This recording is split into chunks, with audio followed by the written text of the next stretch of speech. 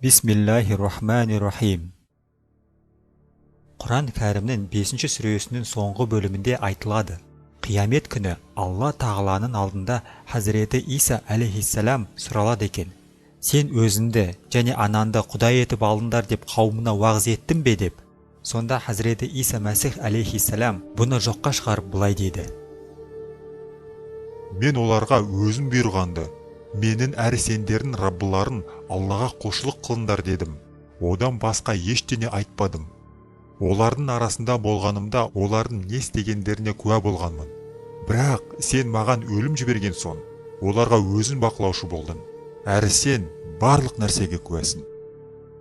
Басқаша айтқанда, Алла тағала Иса пайғамбардан алейхиссалам мәсіхшілер арасында ширктің, яғни Аллаға серік қосудың белең алғаны жайында, және сен сондай ілім таратқансың ба деп сұрағанда, Хазіреті Иса Мәсіх алейхиссалам бұны жоққа шығарып айтады екен. Я Аллахым, маған тек олардың арасында болған кезде орын алған оқиғалар ғана мәлім. Ал сен маған өлім жіберген соң, мен олардың не істегендерін білмеймін. Өйткені оларға бақылаушы бола алмадым. Оларға өзім бақылаушы болдым. Я Раббым, сен бар тірлікке куәсің. Құранның бұл аятында Хазіреті Иса алейхиссалам өзі душар болған екі күйі жайында сөз етеді. Біріншісі, ол өз халқының арасында болған кезі. Ол кезде Иса оларға өзі куә болған. Екіншісі, ол өз халқына куә бола алмаған кез. Ол уақытта оның халқына бір Алла ғана куә болған деп ағынан жарылып тұрғанды Хазіреті Иса Мәсіх алейхиссалам. Осы екі күй, осы екі уақыт кезеңін бөліп тұрған сөз «Фалямма тавафайттани» деген сөз. Яғни, сен маған өлім жіберген соң. Басқаша сөзбен айтқанда, Иса алейхиссаламның мәсіхшілер арасында болмауының себебі оның қайтыс болғандығын білдіреді. Сол уақыттан бастап, ол өз халқына куәгер болудан қалған. Олай болса, бізге келесі сұрақтың жауабын тауып алған дұрыс. Хазіреті Иса Мәсіх алейхиссалам дәп қазір өз халқымен бірге тірлік етуде ме? Әлде ол олардың арасында жоқ па? Егер жоқ болса, онда ол қайтыс болған. Бұл аятта Хазіреті Иса Мәсіхтің қауымында ширк, ол қайтыс болған соң ғана таралды делінеді. Әйтпесе ол айтпас еді. Өмірімнің соңына дейін мен оларға Алланың біреу екендігін уағыз еттім. Ал ажалым жеткен соң, олардың не істеп, не қойғанынан бейхабармын демес еді. Енді мына сұраққа назар аударғанымыз дұрыс. Иса Мәсіхтің қауымында ширкке жол берілген бе, әлде жоқ па? Өйткені мәсіхшілердің арасында ширктің бар болуы Исаның қайтыс болғандығын автоматты түрде дәлелдейді. Мәсіхшілер ширкке жаппай бой алдырғаны бәріне мәлім. Бұл жайында Алла тағала да куәлік береді. Расында, Алла үшеудің үшіншісі дейтіндер әлбетте күпірлікке бой алдырғандар. Расында, Алла Мәриямның ұлы Мәсіхтің өзі дейтіндер әлбетте күпірлікке бой алдырғандар. Демек, Хазіреті Исаның алейхиссалам бақилық болғаны айтпаса да түсінікті. Бірақ Иса алейхиссаламның өлімін қайтсе де мойындамауға бекінген молдалар Құранның қасиетті аяттарын бұрмалап, ақиқаттан безудің жаңа жолдарын ойластырумен әлек болуда. Олар Хазіреті Исаны алейхиссалам Құдай жіберген ажалдан жасыру үшін енді арабша «фалямма тавафайттани» деген сөзді өздерінше аудармақшы. Атап айтқанда, сен мені көтеріп алған соң деп. Ал көтеріп алған соң деген сөзді аспанға денеммен бірге көтеріп алған соң деп түсініктеме беруге құлшынуда. Алайда олардың бұндай құйтырқы әрекеттерін Құран кәрім мен ардақты Мұхаммед пайғамбарымыздың саллаллаху алейхи ва саллям хадистері толықтай жоққа шығарады. Бос сөз сөйлемес үшін біз сіздерге Хазіреті Исаның «Фалямма тавафайтани» деп айтқан сөздерінің келесі аудармасын назарларыңызға ұсынбақпыз. Бұл аударманы жасаған біз де емес, әрі бізге қарсылас болған молдекелер де емес. Бұл аударманың авторы біздің ардақты Мұхаммед пайғамбарымыз, ол кісіге Алланың игілігі мен сәлемі болсын. Алланың кітабынан кейін ең сенімді кітап деп танылған Сахих әл-Бұхарида былай делінеді. Пайғамбар саллаллаху алейхи ва саллям айтады. Қиямет күні кенеттен бірнеше сахабаларым пайда болып, Сосын періштелер оларды тозаққа лақтыра бастайды. Бұны көргенде мен, бұл менің сахабаларым деп шыр етемін. Алайда маған, сенен кейін бұл адамдар не істеп қойғандарынан сен бейхабарсың деп жауап беріледі. Сонда мен Алланың салиқалы құлы, яғни Мәриямның ұлы Иса Мәсіхтің сөздерімен айтамын.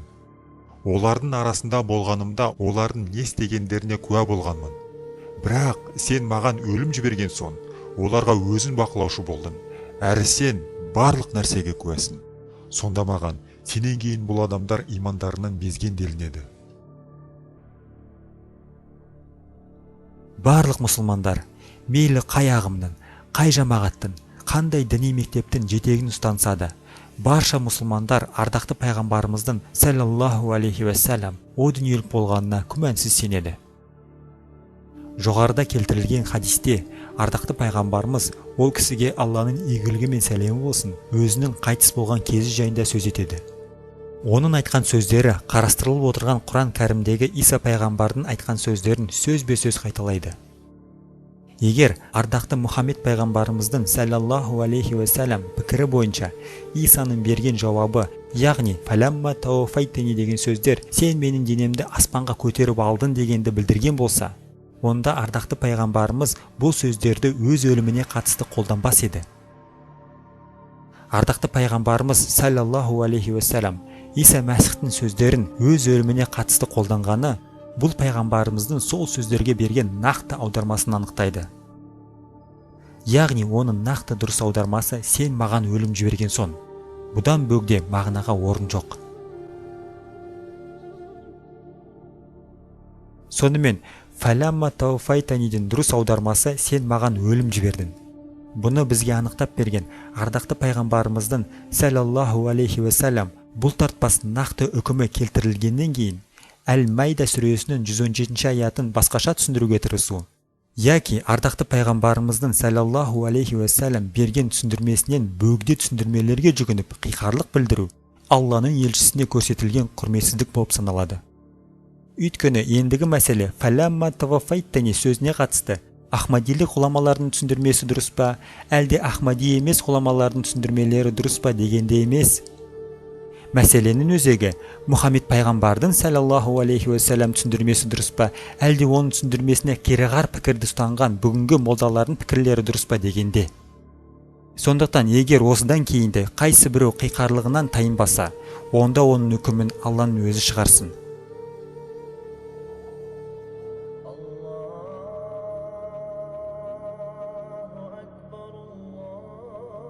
Құран кәрімнің тағы бір жерінде жаңағы таваффа сөзінің түбірі Иса пайғамбардың алейхиссалам қайтыс болғандығын тағы да жариялап тұрғанды. Әли Имран сүресінің 55 аятында Алла тағала айтады. Аллах айтқан еді: «Ей Иса, әлбетте мен сені өлтірушімін, және сені өзіме көтерушімін, әрі сені иман келтірмегендердің айыптарынан тазартушымын. Ал саған ілескендерді қиямет күніне дейін кәпірлерден үстем қылушымын. Кейін маған қайтып ораласыңдар, сонда сендердің таласқан нәрселеріне үкім беремін». Бұл аяттағы арабша мутаваффика сөзі мен сені өлтірушімін дегенді білдіреді. Хазіреті Имам Бухари, Алла оны рахым етсін, осы аяттағы мутаваффика сөзіне тәпсір берген кезде пайғамбарымыздың сахабасы Хазіреті Ибн Аббастың, оған Алла разы болсын, келесі мәлімдемесін басты меже ретінде қарастырған. Ибн Аббас айтады: Мутаваффиканың мағынасы мумитука, яғни өлім жіберу. Демек бұл аяттың мағынасы Алла айтады: «Ей Иса, әлбетте мен саған алдымен өлім жіберемін, сосын сені өзіме көтеремін». Осы сөйлемдегі сөздердің орналасу ретіне назар салыңыздар. Алдымен өлім жіберіледі, ал көтеру сосын орын алады. Бұның дұрыс түсіндірмесі бұлай болмақ: Хазіреті Иса алейхиссалам қайтыс болған соң, басқа барлық пайғамбарлар секілді рухани көтерілген. Сөйтіп рухани 7 қат аспандағы тиесіл мекеніне жеткенді. Хазіреті Исаның рухы фәни дүниемен бар байланысын үзіп, о дүниелік болған басқа барлық пайғамбарлардың арасына қосылғандығы Миғраж жайындағы хадистермен де расталады. Таваффа сөзіне қатысты Хазіреті Ибн Аббастың, Алла оған разы болсын, үкімі келтірілген соң, ал оның үкімі Құран кәріммен, хадистермен және араб тілінің түсіндірме сөздіктермен де расталады. Онда бұған кереғар пікірді ұстанған қазіргі молдалардың берген үкімдері күмән тудыратыны анық. Егер грамматикалық түсіндірмеге жүгінетін болсақ, таваффи сөзінің түбірі баб тафаулдан шығады. Құран кәрімде таваффа сөзі қолданылғанда Алла тағала немесе оның періштелері файл, яғни бастауыш болып табылса, ал мафул бихи, яғни Алланың таваффа қылған әрекеті адамға қатысты орындалса, онда бұл жерде жанды алудан басқа ешқандай мағына берілмейді. Ал жанын алу дегеніміз өлімге құшу, ажалды болу дегенді білдіреді. Тек қана екі жерде бұл сөз басқа мағына беруі мүмкін. Егер сөйлемнің ішінде ләйл, яғни түн, немесе манаам, яғни ұйқы сөзі кезіксе, онда жанды алудың мағынасы ұйқыны білдіреді. Ал ұйқы дегеніміз діни ұғым бойынша жанның уақытша алынуы. Қалай болғанда да жанды алу дегеніміз денені алу дегенді мүлде білдірмейді. Жоғарыда келтірілген екі аяттан басқа, Құранның 20-дан астам жерінде таваффи сөзі өлім жіберу, жанды алу деген мағынада қолданылған. Сөзіміздің сонында таваффи сөзі денені алу, немесе фәни денемен бірге аспанға көтеріп әкету дегенді ешқашан, ешқай жерде білдірмегендігін дәлелдеп беру үшін, Құрандағы таваффа сөзі қолданылған барлық сілтемелерді сіздердің назарларыңызға келтіргіміз келеді. Бұл сөздің Құрани анықтамасы әрқашан өлім жіберу, жанды алу болған. Және осылай болып қала бермек. Соған көздеріңізді жеткізіңіздер халайық. Сөзімізге көңіл бөлгендеріңіз үшін көп рахмет. Ассаламу алейкум ва рахматуллахи ва баракатуху. Алхамдулиллахи раббил аламин.